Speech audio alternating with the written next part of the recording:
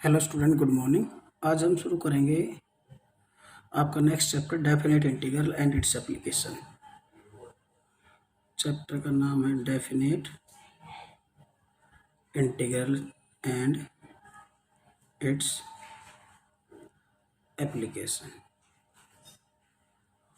ठीक है बेटा, देखिए जो हमारा डेफिनेट इंटीग्रल है, इसमें हमारा जो इंटीग्रेशन का जो क्वेश्चन होता है, जैसे हमारे पास कोई भी हमने इंटीग्रेशन करना है एक्स डी एक्स, ये तो था हमारा एक प्रकार से हम कहें इनडेफिनेट इंटीग्रल। लेकिन अगर हम इस इंटीग्रेशन को लिमिट में बाउंड कर दें, मान लीजिए मैं इसके लिमिट ए से बी कर देता हूँ, तब ये आपका बन जाएगा डेफिनेट इंटीग्रल।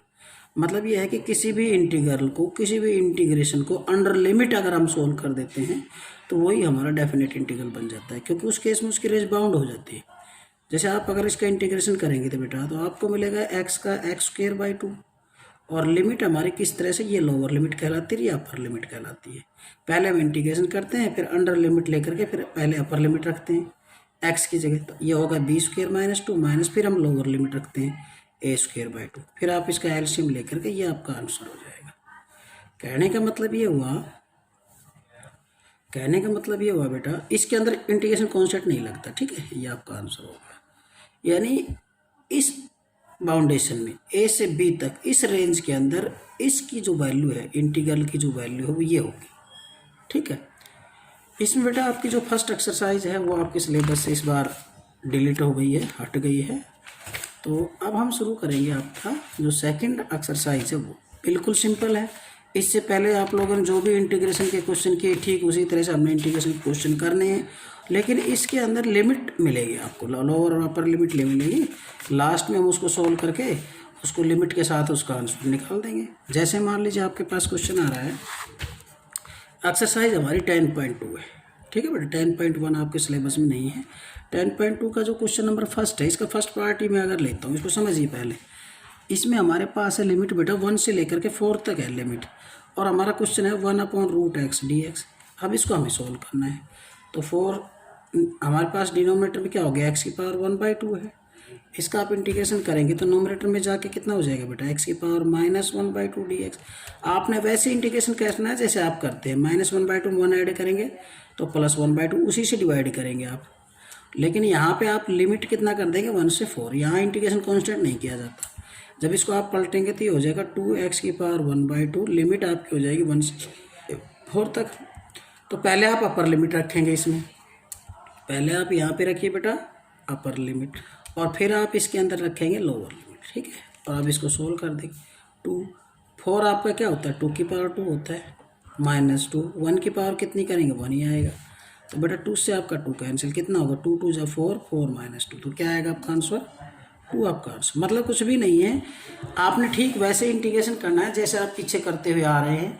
लास्ट में बस आपने लिमिट रखनी है इसमें। ठीक है बेटा, अपर लिमिट रख देंगे पहले, फिर माइनस लोअर लिमिट। इसमें इंटीग्रेशन कांस्टेंट नहीं लिया जाता। बस ये आपका डेफिनेट इंटीग्रल है, इसमें कोई नया कुछ भी नहीं है। ठीक है बेटा, जैसे और देख लीजिए, और आप क्वेश्चन ले सकते हैं। कोई भी आता है इस तरह का क्वेश्चन तो आप उसको बड़े आसानी से कर सकते हैं। जैसे 1/cos² है, ये इसका ही 5th पार्ट है फर्स्ट क्वेश्चन का, ये बिल्कुल आसान है। 1/cos²x, देखो 1/cos² dx। इसमें लिमिट दे रखी है बेटा 0 से लेकर के π/4। अब आप इसको कैसे करेंगे, 1/cos² क्या होता है, sec² x dx हो गया, लिमिट आपकी 0 से रखते चले जाइए। अब आप इसका इंटीग्रेशन कर दीजिए। sec² x का आपको पता है ये tan x होता है, और लिमिट कहाँ से कहाँ तक हो जाएगी बेटा, 0 से π/4। तो एक बार आप अपर लिमिट रख दीजिए, और एक बार पहले तो अपर लिमिट रखेंगे x की जगह, तो tan π/4 माइनस, फिर हम लोअर लिमिट रखते हैं tan 0। tan π/4 1 होता है, tan 0 0 होता है, तो आपका 1 आ गया आंसर, बात खत्म। आई थिंक आपके समझ में आ गया होगा। तो इस तरह का कोई भी क्वेश्चन है। एक क्वेश्चन और लेता हूँ मैं, देखो बेटा इसी का ही है आपका 7th पार्ट। इसमें क्या है, हमारा क्वेश्चन है 1/√1 - x² dx, और इसमें जो लिमिट दे रखी है वो 0 से लेके 1/√2 है। बताओ इसका इंटीग्रेशन क्या होगा, सबको पता है साइन इनवर्स है, क्योंकि साइन इनवर्स एक्स का डिफरेंशिएशन 1/√1 - x², तो इसका इंटीग्रेशन साइन इनवर्स एक्स हो गया। लिमिट होगी बेटा 0 से लेके 1/√2। तो एक बार तो अपर लिमिट माइनस, और एक बार लोअर लिमिट, ऐसे हो गया बस। अब आपने यहाँ इसको सॉल्व कैसे करेंगे, साइन इनवर्स 1/√2, साइन में कितने एंगल की वैल्यू होती है, साइन 45 के होता है तो टेन साइन पाई बाई 4 लिख दीजिए, माइनस साइन इनवर्स, और जीरो कितने की होती है वैल्यू, साइन जीरो की। तो ये हमारा कैंसिल हो गया, आपका क्या आ गया पाई बाई 4 माइनस जीरो, क्या है बेटा आंसर, पाई बाई 4 आपका आंसर आ गया। बिल्कुल सिंपल है। तो इस तरह से कोई भी क्वेश्चन है आपने सीधा सीधा उसका इंटीग्रेशन करना है जो आप पहले सीख चुके हो, और फिर उसमें आपने लिमिट लगा देना है। अब आपका जो क्वेश्चन नंबर सेकंड है, इसमें देखो, इसमें भी कुछ नहीं, वही आपको केवल क्या आना चाहिए बच्चों, इंटीग्रेशन आना चाहिए। हमारे पास है पहला ही क्वेश्चन है इसका, इसमें हमने क्या करना है, लिमिट हमारी है 0 से लेकर के पाई बाई 2, और भाई हमारे पास है साइन स्क्वेयर एक्स बाई 2। अब इसको करिए। अब आपको बता रखा है कि साइन स्क्वेयर हो, कोस स्क्वेयर हो, टेन स्क्वेयर हो या कोट स्क्वेयर हो, उनका क्या करते हैं हम उसको ब्रेकआउट करना पड़ता है। तो साइन स्क्वेयर एक्स बाई 2 क्या होगा, 1 माइनस कोस, ध्यान है बेटा, एक्स और अपॉन में 2, ये मैं पहले बता के आ चुका हूँ। और यहाँ एक्स बाई 2 है तो इसका डबल हो जाता है। अगर यहाँ पे होता साइन स्क्वेयर एक्स तो ये होता 1 माइनस कोस 2x अपॉन 2, ठीक है बेटा। और यहाँ होता कोस स्क्वेयर एक्स तो 1 प्लस हो जाता है यहाँ पे कोस 2x अपॉन 2, होता कोस स्क्वेयर एक्स बाई 2 तो 1 प्लस कोस एक्स अपॉन 2, इस तरह से। तो ये जो कांस्टेंट है 1/2 ये मैं बाहर ले आता हूँ, और लिमिट होगी बेटा हमारी 0 से pi by 2 1 minus cos x. I hope आपके समझ में आ गया होगा। अब आपने कुछ नहीं करना, बस सिर्फ इसका इंटीग्रेशन कर देना है। एक्स का तो क्या होगा dx, एक्स 1 का तो हो गया एक्स बेटा माइनस, और कोस का क्या होता है बेटा साइन एक्स होता है बस। और लिमिट आपकी कहाँ से लेकर के 0 से लेकर के पाई बाई 2 तक आपकी हो जाएगी। अब आप एक बार तो क्या करेंगे इसमें बेटा अपर लिमिट रखेंगे, यह आपने ध्यान रखना है पूरे में। एक बार तो मैंने क्या रखा अपर लिमिट रख दिया ऐसे, और माइनस, और एक बार हम रख देंगे बेटा लोअर लिमिट ऐसे, ठीक है। अब जब आप इसको सोल्व करोगे तो जो आपको रिजल्ट मिलेगा वही आपका आंसर हो जाएगा। ये हो गया बेटा पाई बाई 2 माइनस साइन 90 कितना होता है 1, और माइनस में ये भी 0 और माइनस साइन 0 0, ये तो 0 ही हो गया। तो आपका क्या आंसर हुआ बेटा 1/2 इंटू पाई बाई 2 माइनस 1, ये आपका बिल्कुल सिंपल सा आंसर हो गया। अंदर आप मल्टीप्लाई भी कर सकते हैं अगर करना चाहें। एक में 4 पावर में भी अगर आपका क्वेश्चन आता है तो उसको आप कैसे करेंगे, वो साइन की पावर 4 को वैसे ही क्वेश्चन जो आप पहले करके आ चुके हैं वही करना है हमें, कोई नया नहीं है। क्वेश्चन आपका sign raised power 4x dx कैसे करोगे, लिमिट क्या है इसके बेटा 0 से लेके पाई बाई 4, पहले मैं करवा के आ चुका हूँ। क्या करते हैं बेटा इस तरह के केस में बताइए ज़रा, साइन पाई बाई 4 है तो ये हमारा हो जाएगा साइन स्क्वेयर एक्स का होल स्क्वेयर, बोला ऐसा किया मैंने। उसके बाद हम साइन स्क्वेयर एक्स किसके इक्वल होता है ये हम लिखते थे, तो ये होता था बेटा 1 माइनस कोस, इस एक्स का डबल हो जाता है 2x अपॉन 2, अभी ऊपर भी किया मैंने, इसका हो गया स्क्वेयर, ठीक है। अब पहले हम नीचे जगह 2 का स्क्वेयर 4 होगा, इसको मैं बाहर ले आता हूँ ऐसे लिया, और हमारे पास किसका स्क्वेयर बच गया 1 माइनस कोस 2x का होल स्क्वेयर हमारे पास बच गया। अब जब मैं इसको आगे प्रोसीड करूँगा, इसको जब आप आगे करोगे तो देखो क्या मिलेगा, यहाँ पर ही मैं कर देता हूँ इसको। इसके बाद आपने क्या करना है, बिल्कुल सिंपल है, आप स्क्वायर को खोल दीजिए, i इज इक्वल टू कितना होगा, देखो 1/4 इंटू 0 to 5/4 क्या होगा a minus b whole square, a square, फिर क्या होगा प्लस बी स्क्वायर, और minus 2ab, 2 into 1 into cos 2x क्या होगा बेटा 2 कोस 2x, ठीक है। ये हमारे पास हो गया। अब आप क्या करोगे 1/4 लिमिट होगी हमारी बेटा 0 से पाई बाई 4। अब इसका तो आसानी से इंटीग्रेशन हो जाएगा, लेकिन कोस स्क्वायर का क्या करोगे, तो कोस स्क्वायर का एक बार फिर से कर दीजिए, कोस स्क्वायर 2x क्या होगा 1 प्लस कोस 2x का डबल 4x अपॉन 2, और माइनस 2 कोस 2x, ठीक है। इस टाइप से हम कर देंगे। तो ये बेटा अब क्या बना हमारा 1/4 0 to पाई बाई 4। अब इसका ऐसा कर लीजिए आप एलसीएम ले लीजिए, ज़्यादा बेटर रहेगा। यहाँ पे आपने इसका एलसीएम लिया 2, तो ये बन गया बेटा 2 प्लस ये हो गया 1 प्लस में कोस 4x, और माइनस ये हो जाएगा बेटा 4 कोस 2x, ठीक है। ये बड़ा आपका, और ये dx, तो जो नीचे वाला 2 ये बाहर आ जाएगा, 1/4 से मल्टीप्लाई होकर 1/8 हो जाएगा 0 से पाई बाई 4। और ऊपर हमारे पास क्या बच गया बेटा 2 और 1, इसको मैं 3 लिख दूँ, प्लस में कितना कोस 4x, और माइनस में बेटा कितना 4 कोस 2x, बस है, ये हो गया। अब 1/8, अब आप इनका इंटीग्रेशन कर देंगे तो 3 का तो हो गया बेटा 3x, कोस 4x का कितना होगा बेटा साइन 4x अपॉन 4 माइनस 4, और इसका कितना हो जाएगा साइन 2x अपॉन 2, और लिमिट कितनी 0 से पाई बाई 4।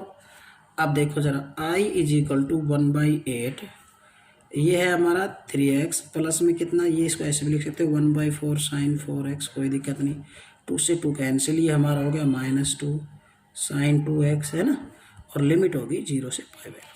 अब हमने वही करना है, एक बार अपर लिमिट रखना है और एक बार π/4 रखो, तो ये हो गया बेटा कितना 3π/4, x की जगह रखना है, प्लस 1/4 साइन। इस x की जगह जब आप π/4 रखोगे तो 4 से 4 कट जाएगा, ये बनेगा sin पाई -2 साइन, और यहाँ पे π/4 रखोगे x की जगह तो 2 से काटेंगे तो बेटा ये बनेंगे π/2। ये तो आपकी अपर लिमिट होगी, माइनस लोअर लिमिट में ये भी 0 हो जाएगा, साइन 0 0 और ये भी 0, ये तो पूरा ही 0 हो जाएगा बेटा।